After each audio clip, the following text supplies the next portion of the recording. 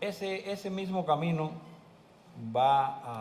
y era frecuente entonces que como parte de esas mutilaciones y de las sanciones se inutilizaran los ojos, que es lo que yo me voy a centrar, para llegar a los daños oculares en el caso de los jóvenes chilenos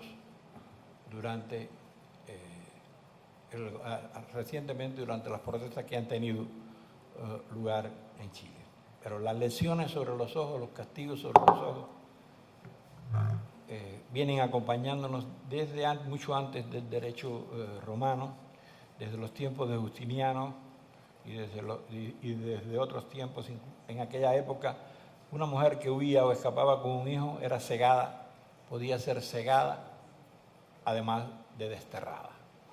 Siempre el ojo o los ojos han sido un gran problema para los dictadores, porque son los que ven, es por donde entra la visión del mundo, es por donde va a reconfigurarse la memoria. Por ahí se registra no solo el paisaje exterior, sino también el paisaje interior. Esas modalidades corporales en la antigüedad se recogen en infinidad de tratados que existen al respecto.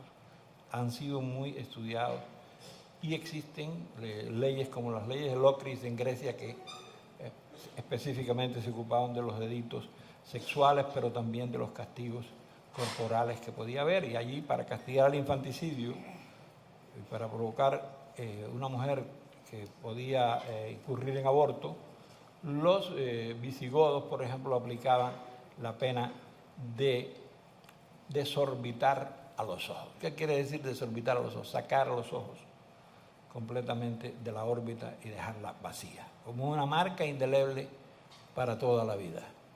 Casi siempre desorbitar los castigos relacionados con los ojos, con lo que simbolizan los ojos, están muy relacionados con las mujeres, históricamente.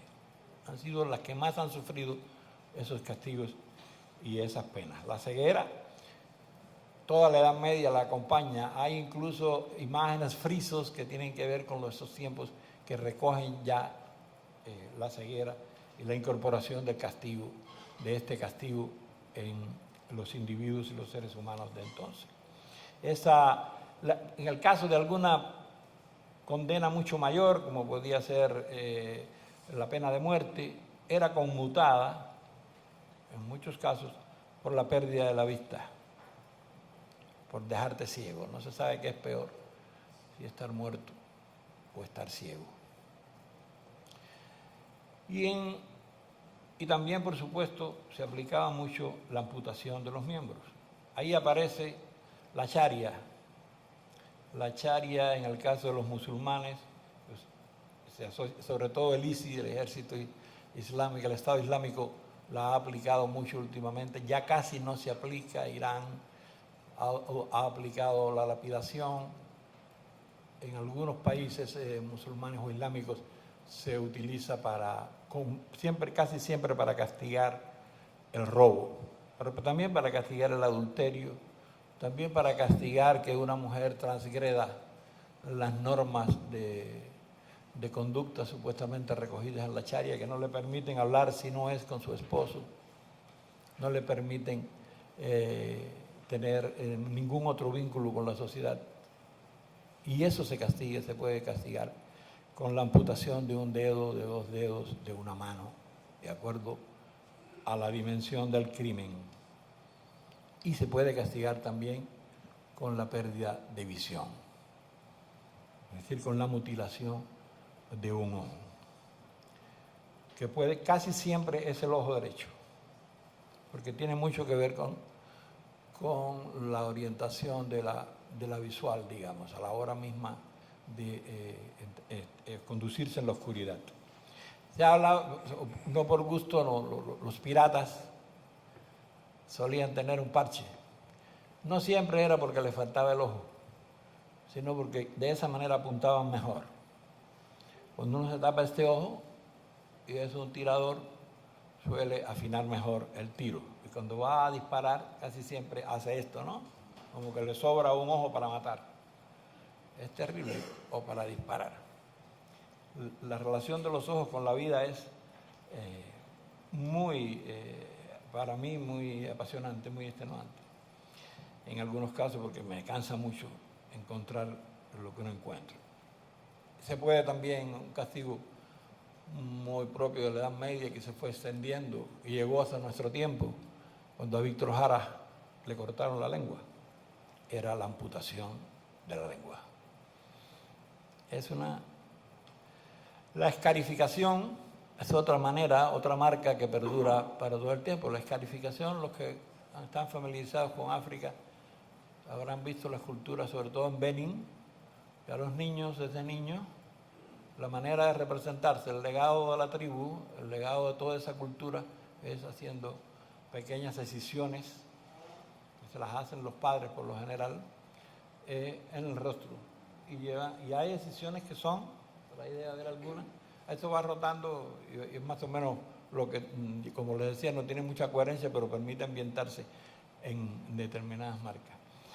Y esa escarificación es como un mapa que acompaña al ser humano. Eso es una marca también indeleble. No se puede. Las escarificaciones, las excisiones no son profundas, pero son tantas que es prácticamente imposible. No es como el tatuaje, que ya hoy en día se puede borrar. En el caso concreto de los Ueda, en Benín, se utiliza mucho todavía la escarificación. Lo que ya hay un movimiento contra eso dentro de los propios habitantes o integrantes de estas etnias o de estos grupos o de estas culturas, más que es que esa marca, han empezado a quejarse de que esa marca los excluye, porque esa marca donde quiera que llegan les limita el acceso, les limita la comunicación, les limita, les reduce la identificación, no les permite el anonimato, que es hoy en día imprescindible porque ya no hay nada anónimo. Ya hoy todo está al descubierto, ya hoy todos estamos expuestos, ya nos persiguen las cámaras por donde quiera que vamos. Miles de cámaras en los aeropuertos, en los hoteles, en los elevadores, en los baños públicos, donde quiera que vamos. Nuestras imágenes están archivadas en Big Data, pero en grandes cantidades, en la medida que andamos por el mundo. No tenemos ninguna intimidad, ninguna privacidad. Y si se llega ya al uso de estas tecnologías en función del espionaje, los diplomáticos o los que ejercen tareas mucho más complicadas están expuestos continuamente en la intimidad más profunda, expuestos como libros abiertos, ¿no? Así que, pero ya estas culturas expuestas a la escarificación no quieren continuar, cada vez es menor porque los niños mismos y los adultos se oponen. Pero la cultura, al mismo tiempo que libera, o no siempre libera, a veces juzga, y los va obligando a esa condena a llevar ese peso y a no emanciparse en cuanto a estas costumbres. Y en el caso de la Sharia, para seguir hablando en el tema, por ejemplo, de Arabia Saudita, ahí los llamados delitos que son los delitos más graves, que siguen hoy en día, porque de Arabia Saudita nunca se habla cuando uno hace un mapeo del mundo represivo, y es una dinastía absolutamente represiva que trata a la mujer y a sus ciudadanos de una manera mucho más allá del medioevo. Las otras marcas son más frecuentes, por ejemplo, las marcas de la estrella de David amarilla en el caso de los judíos. Es sorprendente, es de verdad muy aleccionador cómo los nazis tenían un sistema de clasificación dentro de los campos de concentración. Y eso se correspondía con colores, siempre tenía que ver con los triángulos en distintas posiciones y en distintos colores.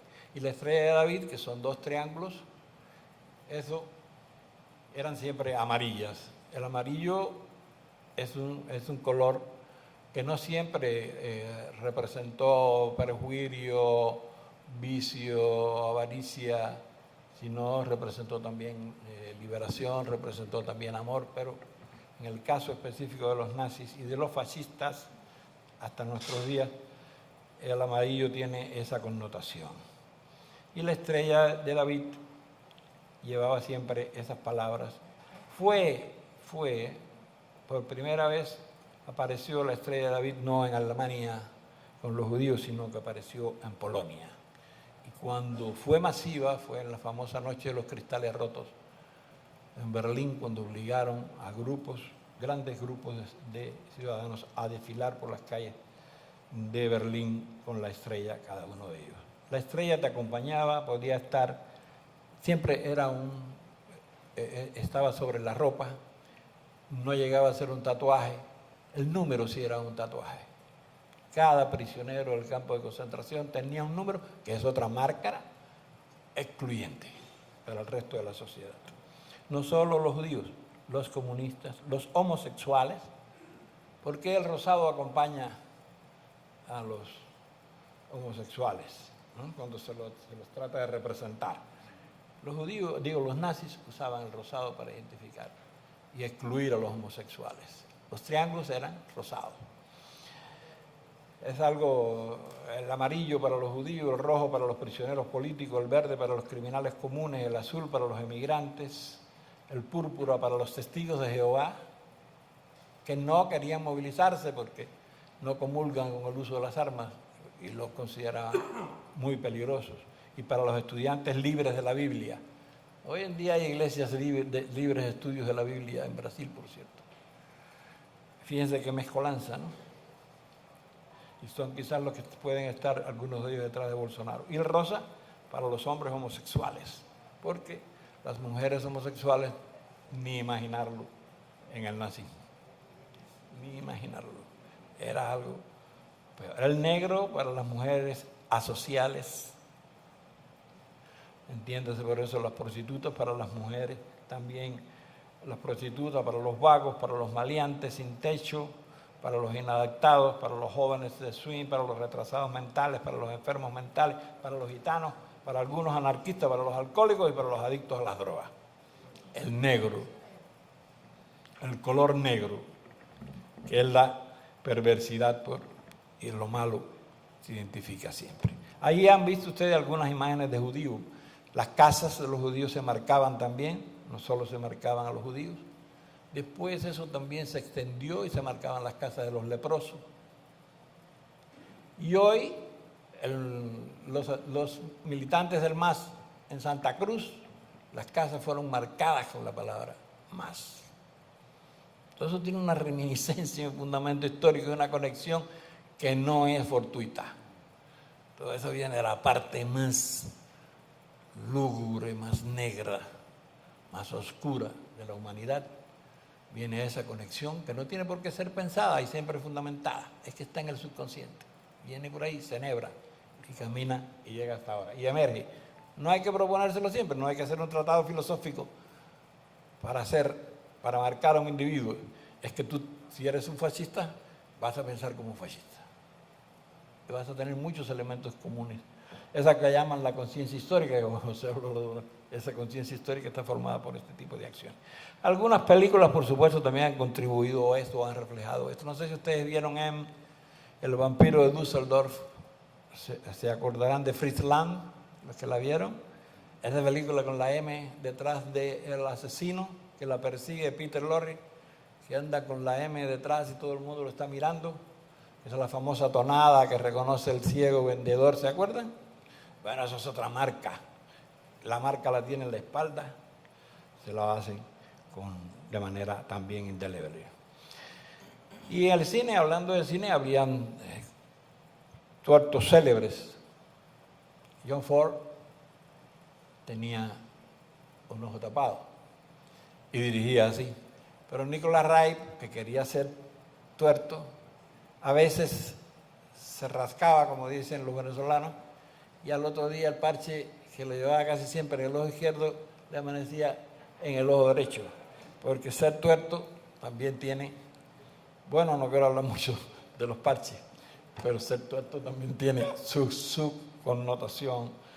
Bueno, hay una conexión, por supuesto, en el caso, ya acercándonos más, de Bolivia a los ustashas, que son los fascistas croatas, que vienen a dar a Bolivia. No solo vienen cuando la Segunda Guerra Mundial, vienen desde el siglo XIX, los croatas emigran hacia América, pero emigran y están en Argentina, en Chile y en Bolivia. Se asientan principalmente Chile y Argentina y suben a Santa Cruz y ahí se asientan. Esos croatas son bien conocidos de ustedes porque son los que quisieron hacer la República Independiente de Santa Cruz. Los que se rebelaron contra Evo fue el primer síntoma violento a que se enfrentó Evo. En aquel entonces, el Comité Cívico de Santa Cruz no estuvo de acuerdo con el golpe, porque estaba esperando la oportunidad. Y eso fue para actuar, eso fue liderado por los croatas, los fascistas croatas, descendientes de aquellos mismos fascistas de la Segunda Guerra Mundial, que vinieron aquí. En Bolivia llegó a haber 25.000 croatas. Después se produjeron movimientos internos, desplazamientos, y hay 5.000 croatas en la actualidad, pero están detrás del actual golpe de Evo. Y por eso ustedes ven el comportamiento, miren ahí, casualmente, de la alcaldesa de Vinto, que la marcaron, y los que están al lado de ella son fascistas vinculados a los croatas de Santa Cruz.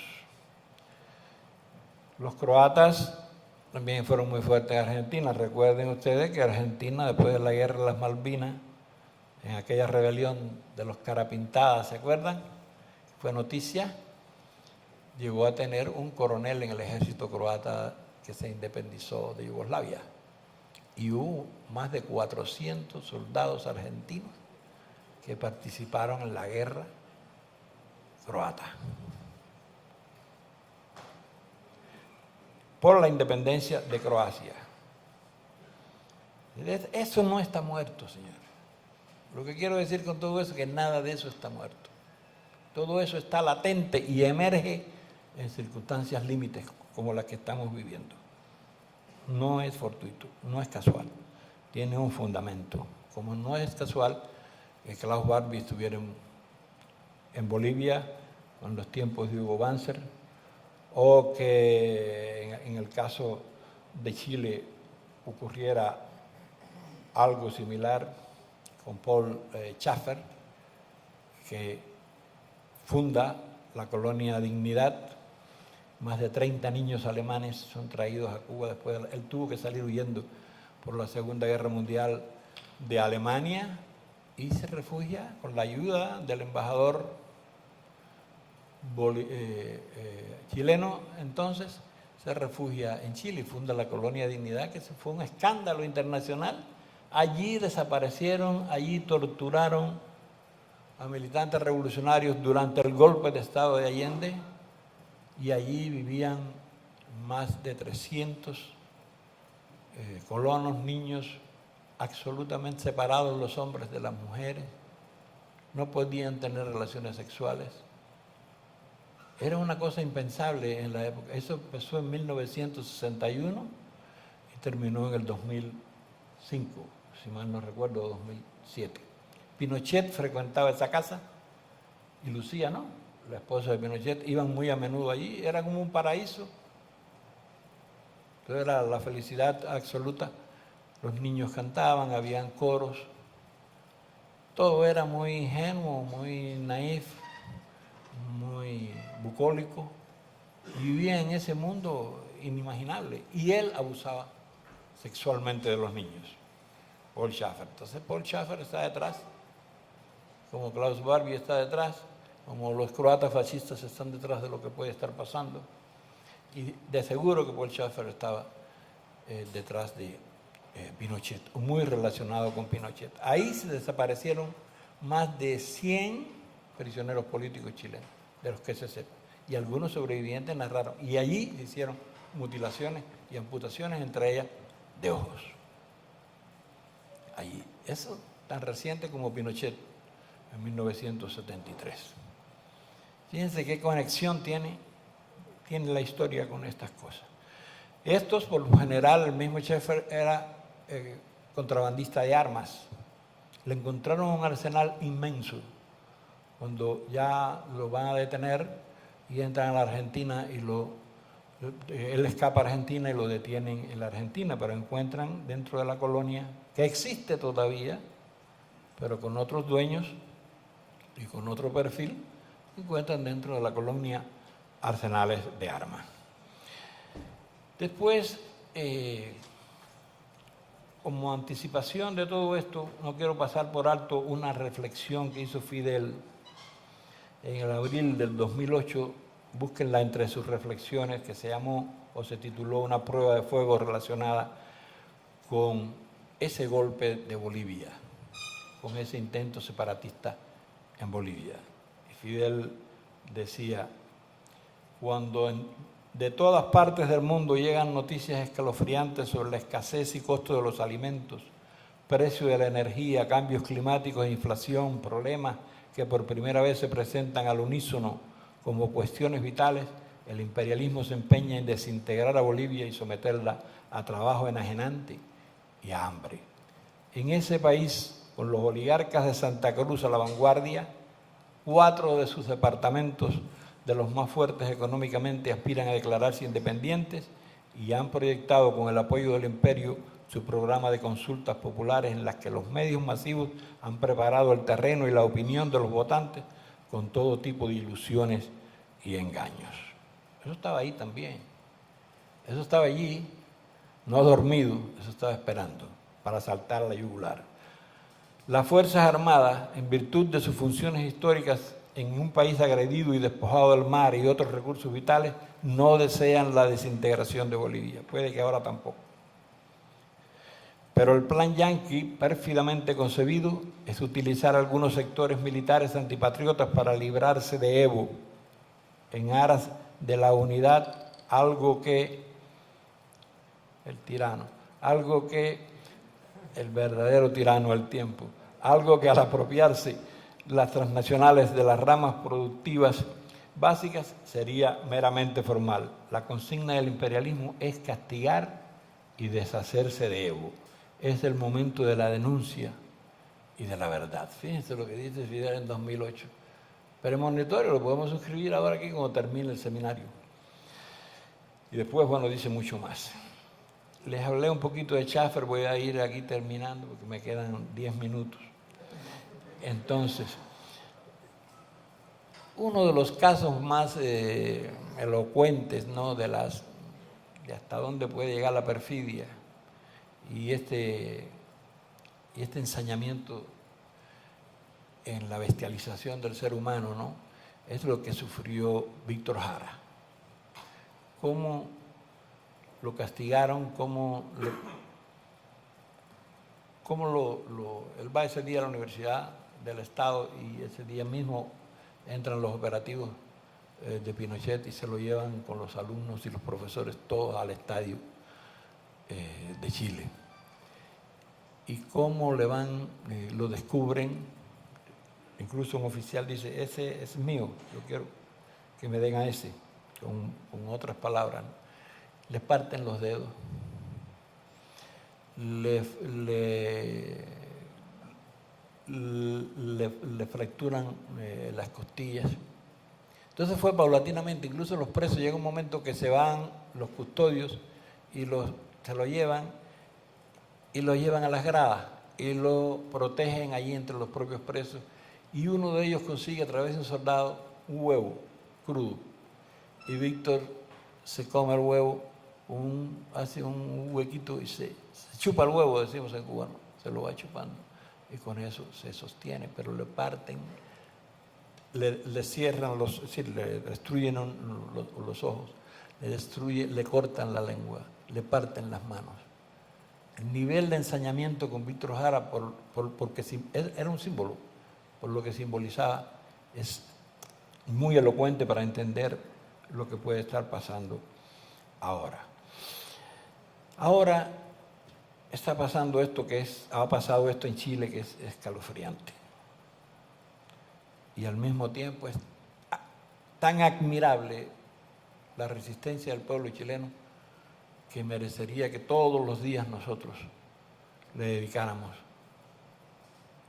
un momento, un tiempo, una memoria, porque es admirable lo que están haciendo los chilenos y la manera como están enfrentándose. Pero del informe, no ya, del informe que la Oficina del Alto Comisionado de las Naciones Unidas para los Derechos Humanos, estamos hablando de Bachelet, nada confiable Bachelet, este informe, los datos que dan. Dice el informe, estadísticas detalladas sobre los tipos de lesiones sufridas por los 3.449 personas lesionadas. De estos, 51 sufrieron heridas por balas, 1.554 por perdigones. Estos perdigones no son los perdigones de goma, Carlos Apurúa, que uno conoce o recuerda. Estos perdigones tienen plomo, tienen metal y por lo tanto son más veloces y cuando llegan a la cuenca del ojo lo destruyen y la explotan. Y los carabineros disparan a los ojos. Por eso hay 1.554 heridos por perdigones. Eso es cuando falla el disparo y baja de la zona de la cara, porque están tirando la cara con toda intención para marcar para toda la vida a esas víctimas. Hay 198 por disparos de armas de fuego no identificadas, 180 por balines, otro proyectil, y 1.466 personas sufrieron heridas por golpes, inhalación de gas y otros. Antonio Machado, el gran poeta español, en los campos de Castilla, en los proverbios y cantares, hizo aquel proverbio tan célebre que decía: el ojo que ves no es ojo porque tú lo veas, es ojo porque te ve. ¿Qué queda para estas víctimas? El ojo acusador. Queda un ojo acusador en el caso de los que no perdieron la visión total. Como Gatica, uno de los muchachos que está allí, que es un símbolo de la resistencia chilena. Ahí está la tabla, ¿veis? La tabla de las personas heridas. Eso es ya del informe del Instituto de Derechos Humanos de Chile. Este es Gatica. Es un símbolo este muchacho. Perdió los dos ojos. Lo cegaron completamente y le dispararon 4 veces, aun cuando estaba en el suelo. El New York Times hizo un artículo que ayudó mucho a la comprensión en el mundo. Sabemos todas las dudas que tenemos sobre el New York Times, pero si el New York Times publica algo, lo leen millones de personas. Y publicó un artículo bastante serio, minimizando un poco las causas de la rebelión, pero bastante serio, en que permite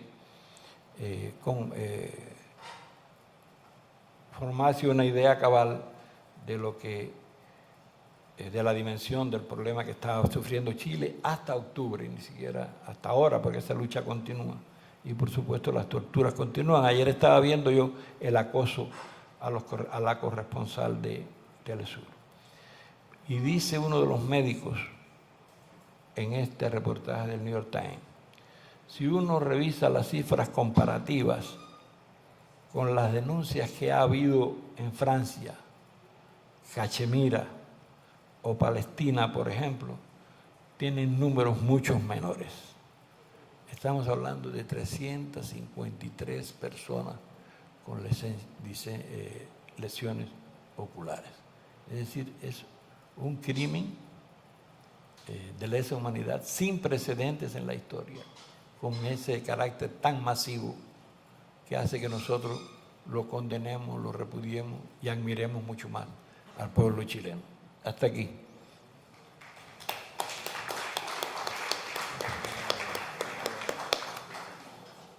Muchísimas gracias.